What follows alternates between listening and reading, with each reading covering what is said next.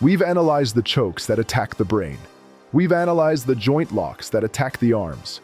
But now, we descend into the dark arts, the submissions that attack the very foundation a fighter stands on. Welcome back to the Submission Playbook.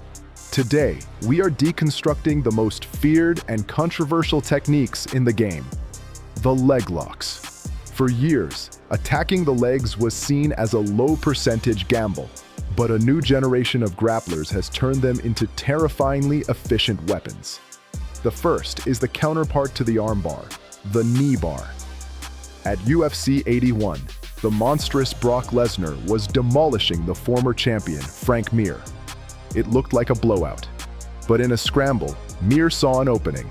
Mir isolated the leg, put his hips behind the knee, and bridged. The hyperextending pressure on the joint was too much.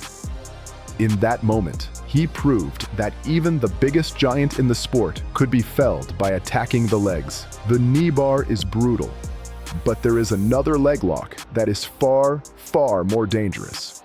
The boogeyman of all submissions. The heel hook. And its terror lies in a simple, horrifying fact.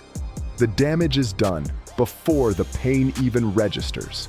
Unlike other joint locks, a heel hook doesn't just stretch ligaments, it twists and shreds them. By rotating the heel, all that force is transferred to the knee. The ligaments can pop before your brain even sends the signal of agonizing pain. That's why you see fighters tap instantly.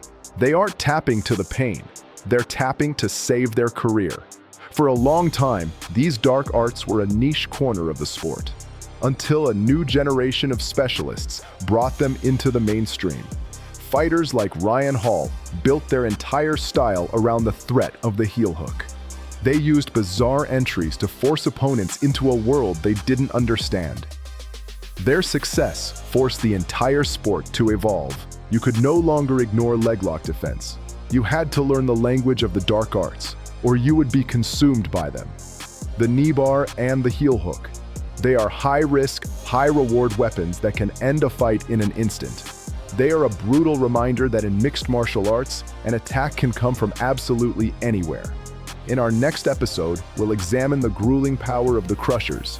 Until then, a question for the purists. Are heel hooks too dangerous for MMA, or are they a vital part of the sport's evolution? Let me know your verdict in the comments.